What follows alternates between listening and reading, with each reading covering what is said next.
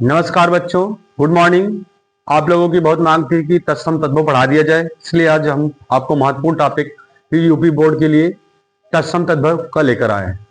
अब हम आपको देरी ना करते हुए आपको इसके बारे में समझाते हैं।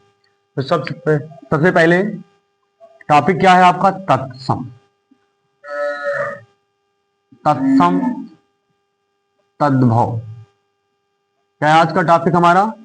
तत्सम और तद्भव। तो पहली बात तो इसके तत्सम और तद्भव के अर्थ के बारे में जानेंगे। तो तत्सम, जो तत्सम शब्द है दो शब्दों से मिलकर बना है तत्सम। तत्सम का जो शाब्दिक, पहले यहां पर इसका हम विच्छेद करेंगे। तत् प्लस सम, तत् प्लस सम। क्या? तत् प्लस सम। तत् माने उसकी, तत् का अर्थ क्या होता है? उसकी। सम माने समान, समान। अर्थात तत्सम का शाब्दिक अर्थ होता है उसके समान। किसके समान? मूल भाषा के शब्दों के समान। मूल भाषा के शब्दों के समान। मूल भाषा यहां पर क्या है? मतलब संस्कृत भाषा, संस्कृत भाषा, क्योंकि यही सभी भाषाओं की जननी, संस्कृत सभी भाषाओं की जननी। तो मूल भाषा के शब्दों के समान इसका अर्थ होता है। अब यहां पर जो है इनके परिभाषा के बारे में बताएंगे। परिभाषा, परिभाषा क्या होगी? तत्सम की परिभाषा क्या होगी? संस्कृत भाषा या मूल भाषा के वे शब्द, संस्कृत संस्कृत भाषा, संस्कृत भाषा के वे शब्द, संस्कृत भाषा के वे शब्द जो हिंदी में बिना परिवर्तन के प्रयुक्त होते, बिना परिवर्तन, बिना परिवर्तन के प्रयोग होते हैं, प्रयोग होते हैं। क्या कहलाते हैं? तत्सम शब्द कहलाते हैं। क्या कहलाते हैं? तत्सम शब्द कहलाते हैं। तत्सम शब्द कहलाते हैं। तो तत्सम की परिभाषा क्या हो जाएगी? संस्कृत भाषा या मूल भाषा के वे शब्द जो हिंदी में बिना परिवर्तन के प्रयोग होते हैं उन्हें हम क्या कहते हैं? तत्सम शब्द। अब इनके एग्जाम्पल, उदाहरण के लिए, उदाहरण के लिए जैसे हम लिखे आम्र, आम्र लिखे, और एग्जाम्पल बना दे हम वानर, और एग्जाम्पल लिख दे तो अगर हम कहे क्षीर।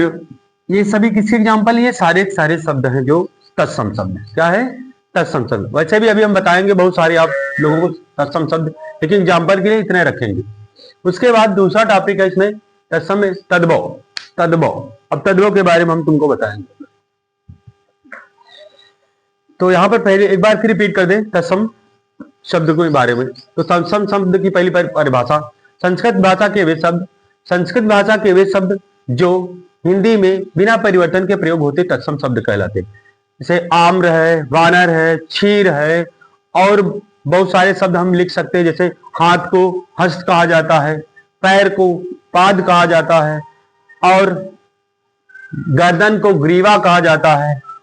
इसी प्रकार से बहुत सारे शब्द अभी हम बताएंगे तुम लोगों को, लेकिन उसके पहले हम तद्भव को भी समझा दे यहां पर।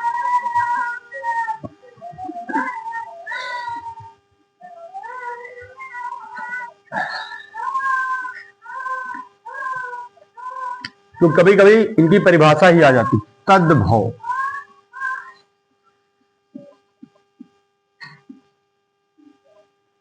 तद्भव, तद्भव को अगर हम तोड़े तो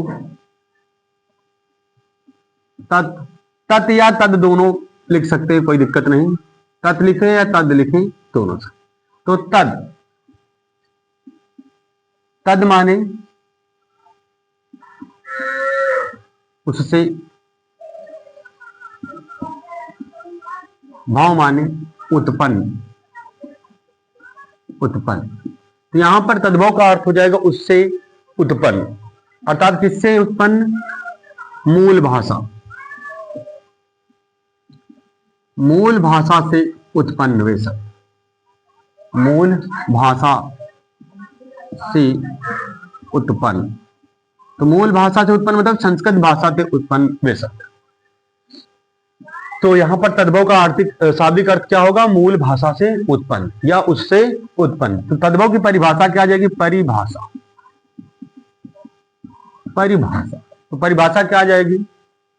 संस्कृत भाषा के वे शब्द जो अपने रूप को बदलकर, जो अपने रूप को बदलकर हिंदी में प्रयुक्त होने लगे, उन्हें हम तद्भव शब्द कहते हैं। संस्कृत, संस्कृत भाषा के वे शब्द जो अपने रूप को बदलकर, जो संस्कृत भाषा के वे शब्द जो अपने रूप को बदलकर हिंदी भाषा में प्रयुक्त होने लगी, हिंदी भाषा में प्रयुक्त होने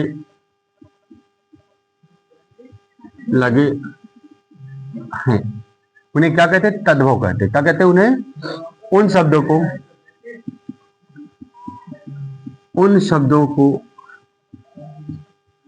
तद्भव कहते हैं। जैसे हम तद्भव शब्दों में लिखेंगे, अभी हमने लिखा था आम, तो आम्र लिखा था, आम का जो है आम्र था उसका मूल, मूल भाषा का शब्द। अब प्रयोग क्या होता है? आम। उसके बाद जो वानर था उसका बंदर, क्या? बंदर। अब उसके बाद हम लिख सकते हैं आपको, जैसे खीर, खीर आपका तद्भव शब्द है, इसका खीर हो जाएगा तत्सम शब्द। और लिख सकते हैं पानी, ये भी आपका क्या हो जाएगा? तद्भव शब्द हो जाएगा। इस तरीके से हमने आपको परिभाषा और इनके अर्थ समझा दिया है। अब हम तुमको एग्जाम्पल देंगे और इसके बहुत सारे शब्द बताएंगे तत्सम तद्भव।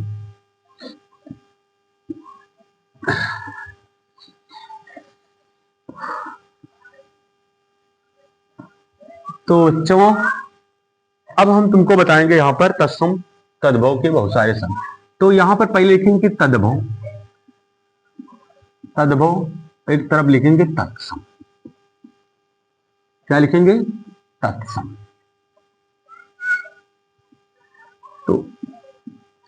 तो इंपॉर्टेंट है यहां पर। खैर से पानी का, पानी का तत्सम क्या होता है? पानी का तत्सम होता है पानी। क्या होता है? पानी। हाथ का तत्सम, हाथ का तत्सम हस्त होता है। क्या होता है? हस्त होता है। और पैर का तत्सम क्या होता है? पाद होता है। इसी तरह पत्थर का तत्सम प्रस्तर होता है, प्रस्तर होता है। नमक, या नमक का तत्सम क्या होगा? नमक। नमक का तत्सम होता है लवण, लवण। और हम कहें कि नाक का तत्सम क्या होगा? नाक का, नाक का तत्सम होगा नक। कान का तत्सम क्या होगा? कान का तत्सम क्या होगा? कान का, कान का तत्सम आपके सारे बॉडी पार्ट्स के हम लिखा दे रहे हैं। तो कान का तत्सम कर्ण हो जाएगा, कर्ण हो जाएगा। कंधे का तत्सम, कंधे का तत्सम क्या हो जाएगा? स्कंद हो जाएगा। क्या हो जाएगा? स्कंद हो जाएगा। और गर्दन का, गर्दन का तत्सम ग्रीवा हो जाएगा। ग्रीवा हो जाएगा। और किसका हो सकता है? गर्दन का हो जाएगा ग्रीवा। हाँ, सी माथा, माथा, मस्तिष्क या मस्तक, मस्तक हो जाएगा। इस तरीके से घर का तत्सम क्या हो जाएगा? घर का, घर का तत्सम क्या हो जाएगा? घर का गृह, घर का तत्सम गृह हो जाएगा। इस तरीके से और तुमको बताते हैं बहुत सारे इंपॉर्टेंट, इन सबको लर्न भी करना, याद भी करना। हाँ, जैसे गोबर, ये भी कई बार पूछा गया यूपी बोर्ड में। गोबर का तत्सम होता है गोमय, गोमय। चना का तत्सम होता है, चना का चणक, चणक होता है। गेहूं का तत्सम क्या होता है? गेहूं का तत्सम होता है गोधूम, गोधूम होता है। और याद करें, मामा, मामा का तत्सम भी पूछा गया है। मामा का तत्सम होता है मातुल, मातुल। मौसी का तत्सम क्या होता है? मौसी, मौसी का तत्सम हो जाएगा मातृ स्वसा, मातृ स्वसा। बुआ का तत्सम क्या होता है? बुआ, मम्मी की बहन मौसी, जिसे हम मातृ स्वसा भी बोलते हैं। और बुआ, बुआ का संबंध किससे होता है? पिता से। तो यहां पर पितृ स्वसा हो जाएगा। क्या आ जाएगा? पितृ स्वसा हो जाएगा। और हम लिखें जैसे कटहल, कटहल का तत्सम क्या होगा? कटहल, कटहल का तत्सम हो जाएगा कंठफल, क्योंकि उसमें कांटे होते हैं। कंठफल, इसलिए वहां पर क्या, इसे क्या कहा जाएगा? कंठफल। और तुमको एग्जाम्पल दे, बकुला, बगुला, बगुला का तत्सम वक हो जाएगा, वक। और एग्जाम्पल इसके हम दे तुमको, पिता का पित्र हो जाएगा, छोटे मोटे, पिता का पित्र हो जाएगा। माता का, माता का मातृ हो जाएगा, मातृ हो जाएगा। और चाहे तो तुमको बता दे बहुत सारे।